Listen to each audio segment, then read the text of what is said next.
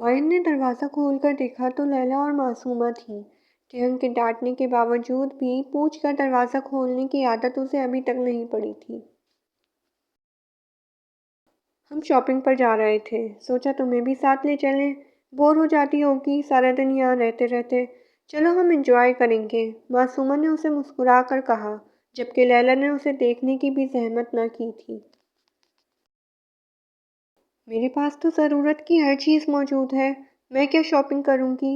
हाँ, सोनू के लिए खाने पीने की कुछ चीज़ें लेनी थी, उसने अपने पीछे कुत्ते की तरफ इशारा करते हुए कहा, जो बड़ी मासूमियत से सोफे पर बैठा टीवी पर नज़रें जमाए देख रहा था। ये कुत्ता किसका है? डेविल को तो कुत्तों से सख्त नफरत है। तुम्हें अंदाज़ा भी है अगर उसने इस कुत्ते को यहाँ देख लिया तो उसका और तुम्हारा क्या हाल करेगा? लैला ने कुत्ते की तरफ देखते हुए उसे डराना चाहा। क्या हाल करेंगे? उन्होंने ही तो लेकर दिया है। वाइन ने उसके सर पर धमाका किया।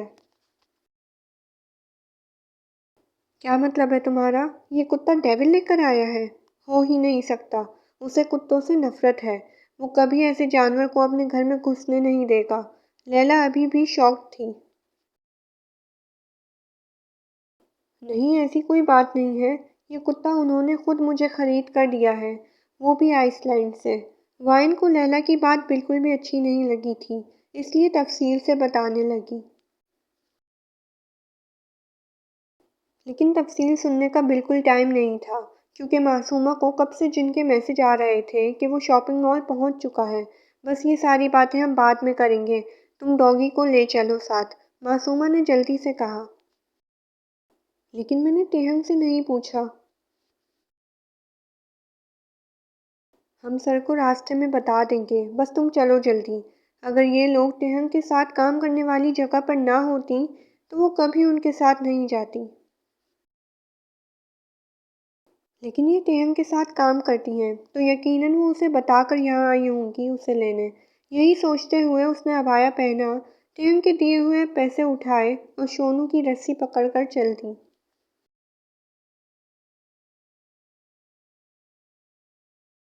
आज मैं जल्दी घर जाऊंगा।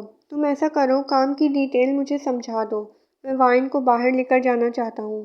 टेहंग ने जिमिन के हाथ से फाइल लेते हुए कहा। ठीक है, तुम चले जाना। ये जस्टिस अहमद तैमूर के बेटे की फ़ाइल है। मैंने सब कुछ देख लिया है और मैं यकीन से कह सकता हूँ कि ये उसके बेटे ने नहीं किया, बल्कि उसके किसी दोस्त ने किया है, जिसे वो बचाना चाहता है।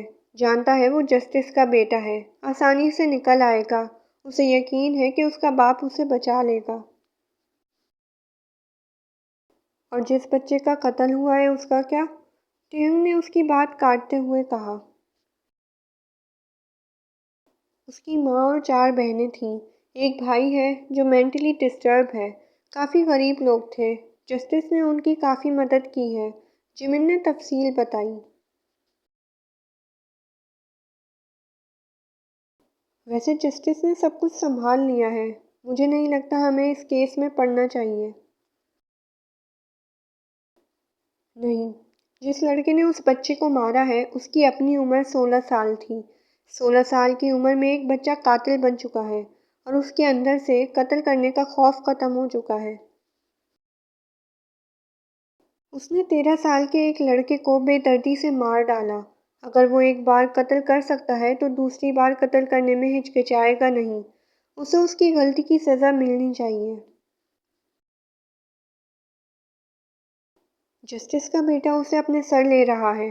वो अपनी तरफ से अपने दोस्त की मदद कर रहा है। लेकिन जो गलत है वो गलत है। तुम ये सारी मालूमात इंस्पेक्टर जिन तक पहुंचा दो। लेकिन डेविल, ये सब कुछ हमने जस्टिस अहमद को अपने हाथ में लेने के लिए कहा था। इस तरह जस्टिस अहमद कभी हमारा काम नहीं करेगा, जिमिन ने परेशानी से कहा। हम किसी की फैमिली को यूज़ नहीं करेंगे जिमिन। तुम ये सब कुछ इंस्पेक्टर जिन तक पहुंचा दो। आगे वो खुद संभाल लेगा, वो अपना काम समझता है। जिमिन हाँ में गर्दन हिलाकर चला गया।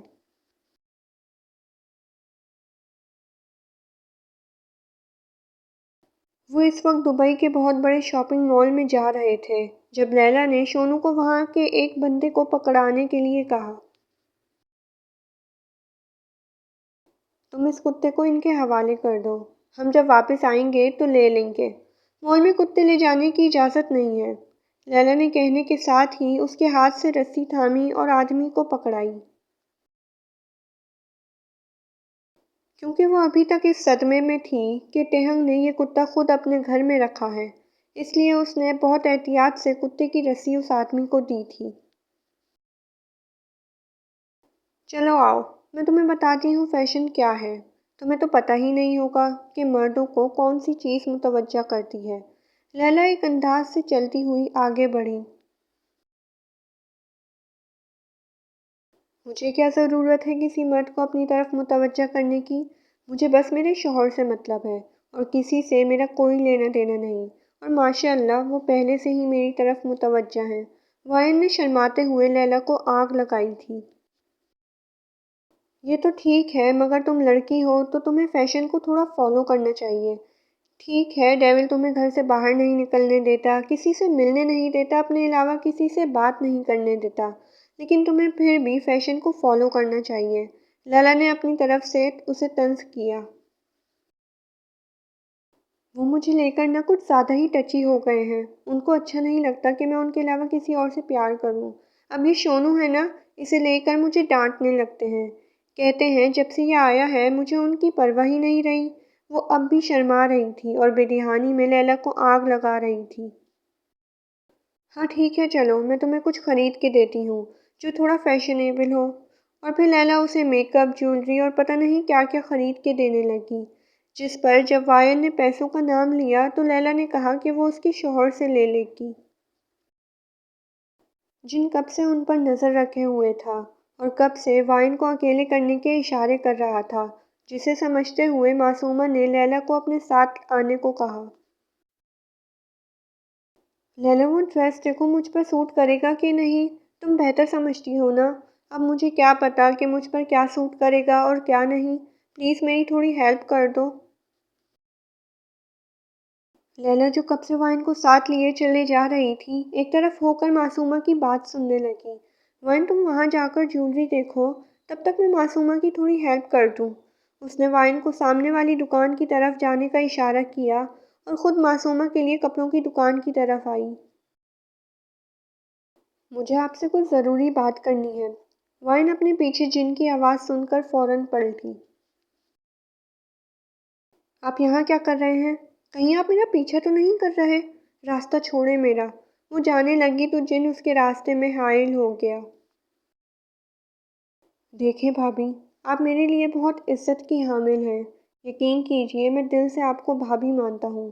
میں آپ کے گھر آنا چاہتا تھا لیکن تہنگ نے مجھے دھمکی دی ہے کہ اگر میں نے آپ کے گھر آنے کی کوشش کی تو وہ میری معصوم بچی کو بھی نہیں چھوڑے گا۔ بھابھی پلیز میری بات پر یقین کریں، وہ بہت خطرناک آدمی ہے، آپ کو اندازہ نہیں ہے کہ وہ آپ کی زندگی کس طرح برباد کر سکتا ہے، پلیز میرا یقین کریں۔ شاید آپ نے سنا نہیں میں نے کیا کہا، میرا راستہ چھوڑیں۔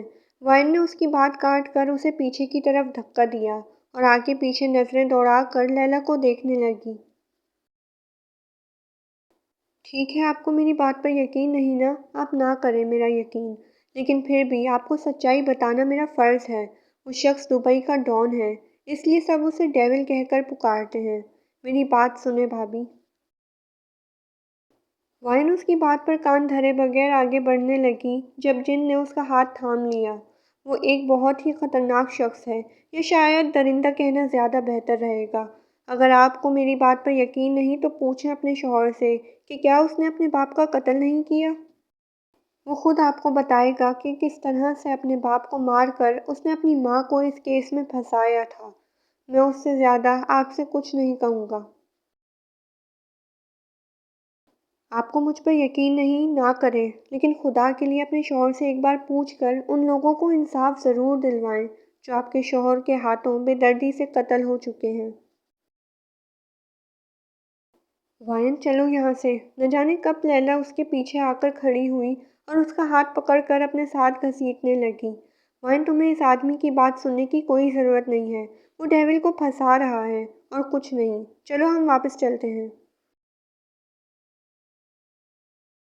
वाइन पूरे रास्ते कुछ नहीं बोली, लेकिन लैला उसे यकीन दिलाती रही कि टेहम को फंसाने की कोशिश की जा रही है। जबकि मासूमा परेशान बैठी हुई थी, उसे अंदाज़ा भी नहीं था कि जिन ऐसा कुछ करेगा। वाइन जब घर पहुंचती है तो दरवाज़ा पहले से खुला हुआ था, जबकि लैला का अभी वापस जाने का कोई इरादा न था। वो टेहम को सारी सिचुएशन बता कर जाना चाहती थी।